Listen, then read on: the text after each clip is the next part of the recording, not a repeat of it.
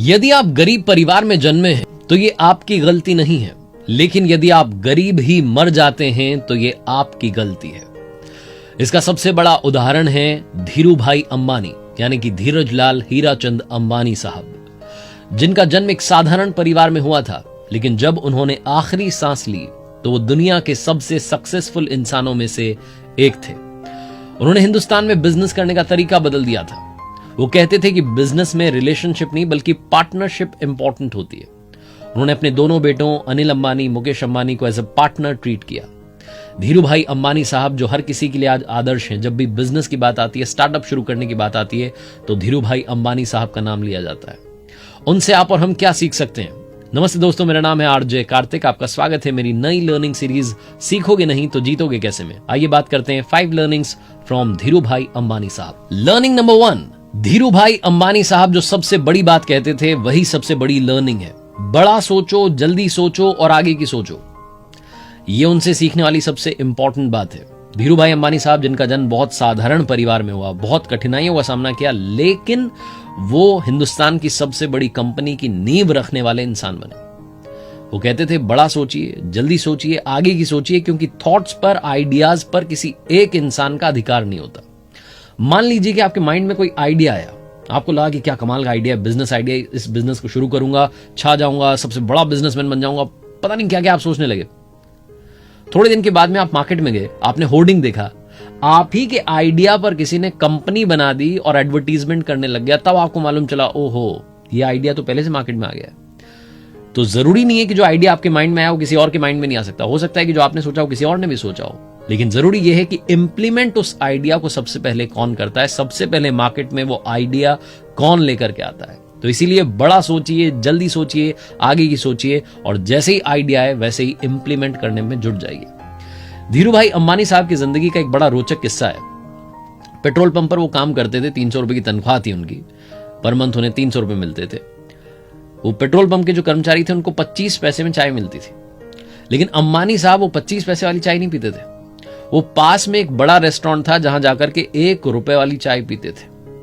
महंगी चाय क्यों पीते थे? अंबानी साहब ने खुद बताया कि मैं महंगी चाय इसलिए पीने जाता था क्योंकि उस बड़े रेस्टोरेंट में, बड़ी होटल में बड़े बड़े बिजनेसमैन आते थे और उनकी बात सुनने के लिए, उनके माइंड में क्या आइडियाज चल रहे हैं, उनकी थॉट प्रोसेस क्या है, वो जानने के लिए मैं वहां जाकर के बैठता था और 1 रुपए की महंगी चाय पीता था।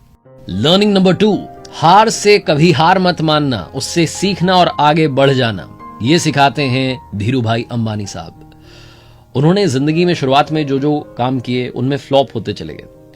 जहां वो रहते थे उसके पास में एक पर्यटन स्थल था, वहां जाकर के उन्होंने पकौड़े बेचने का काम शुरू किया। सीजन में बड़े टूरिस्ट आते थे, पकौड़े बड़े बिकते थे और उनको लग रहा था बड़ा अच्छा काम है, लेकिन वो सीजन चला गया, लोगों का आना कम हो गया। फिर उन्हें धीरे धीरे समझ में आया कि ये लॉन्ग टर्म बिजनेस नहीं है। उनके पिताजी ने उन्हें समझाया कि बेटा नौकरी करो। 17 साल की उम्र में यमन चले गए थे। यमन गए थे, इंपॉर्टेंट नहीं था, वो यमन पहुंचे, उन्होंने वहां काम किया, लेकिन सिर्फ काम नहीं किया बल्कि तैयारी की कि वापस इंडिया में आऊंगा, अपना बिजनेस करूंगा।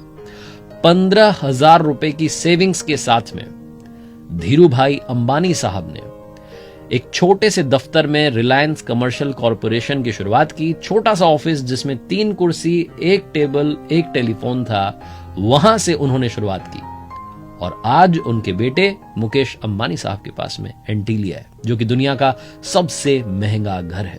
कहने का मतलब यह है कि शुरुआत में अगर फ्लॉप हो भी जाए तो हार नहीं माननी है, अपना काम करते रहना है, तैयारी करते रहनी है और आखिर में जीत हासिल करनी है। लर्निंग नंबर 3, शुरुआत करना बहुत जरूरी है।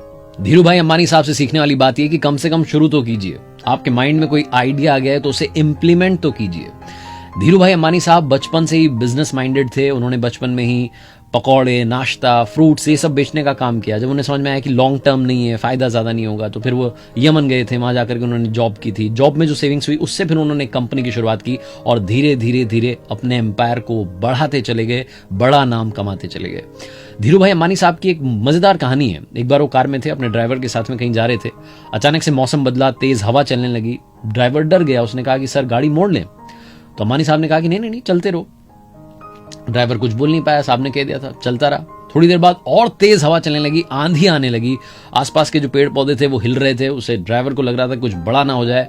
वो फिर से हिम्मत करके बोला कि सर वापस गाड़ी मोड़ लें। उन्होंने कहा नहीं नहीं नहीं, चलते रहो। थोड़ा और आगे चले तो उन्होंने देखा कि शेल्टर में जो सुरक्षित जगह थी वहां पर कुछ गाड़ियां खड़ी हुई थी। तो ड्राइवर ने फिर से हिम्मत करके कहा कि सर देखो ना, काफी लोग रुके हुए हैं, हम भी रुक जाते हैं। अंबानी साहब ने कहा नहीं नहीं नहीं, चलते रहो। बड़ी प्यारी सी मुस्कान के साथ में कहते रहे चलते रहो।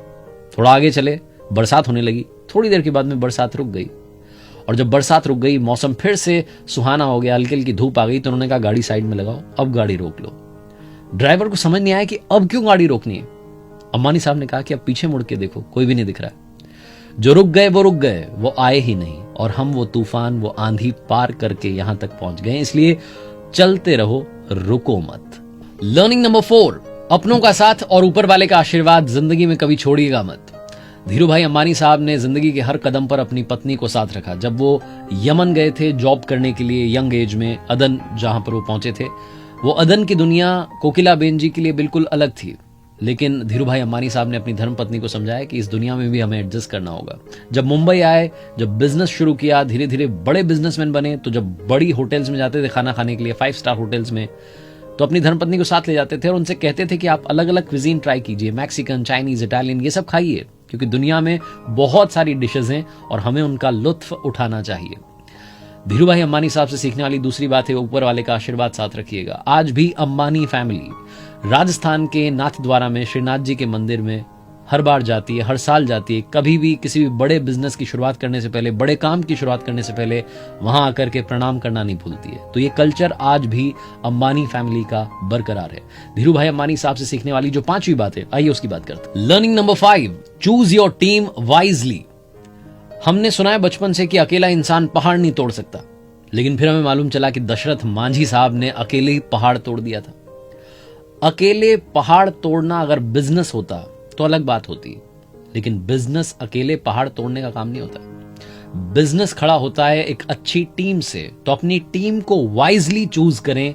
यह धीरू भाई अंबानी साहब की एक बड़ी लर्निंग है जो हमें सीखनी चाहिए कि जिन लोगों को हम साथ में ले रहे हैं, क्या वो ट्रस्ट वर्दी हैं, क्या वो फेथफुल हैं। मतलब हम उन पर ब्लाइंड ना सही, लेकिन ट्रस्ट तो कर सकते हैं। ऐसे लोगों की टीम के साथ में आगे बढ़ेंगे, एक्सपर्ट्स को साथ लेकर के चलेंगे, तो आपका जो भी आइडिया है, जो भी आप स्टार्टअप लेकर के आए हैं, या जो भी आप अचीव करना चाहते हैं बिजनेस में, वो आप डेफिनेटली अचीव करेंगे। धीरू भाई अंबानी साहब ने कहा था कि अगर आप अपने सपने पूरे नहीं करेंगे तो कोई और आपका इस्तेमाल उसके सपने पूरे करने में करेगा। इसलिए अपने सपने पूरे करने के पीछे लग जाइए, उन्हें पूरा करके दिखाइए। धीरू भाई अंबानी साहब का एक खुद पर भरोसा था, खुद पर ट्रस्ट था कि वो इंसान जो एक दिन पेट्रोल पंप पर काम कर रहा था, आज उनकी कंपनी रिलायंस के बहुत सारे पेट्रोल पंप्स हैं। दुनिया में सब कुछ पाया जा सकता है, उसी की कहानी है धीरू भाई अंबानी साहब की। एक बार फिर से आपको याद दिलाना चाहता हूं, हर सोमवार सुबह 9:30 बजे आप मेरे साथ देख सकते हैं नई मोटिवेशनल कहानी हिंदी में। और हाँ, बस यही कहूंगा, ऊपर वाले के आशीर्वाद के साथ, अपनी फैमिली के प्यार के साथ और अपनी मेहनत के साथ कर दिखाओ कुछ ऐसा कि दुनिया करना चाहे आपके जैसा।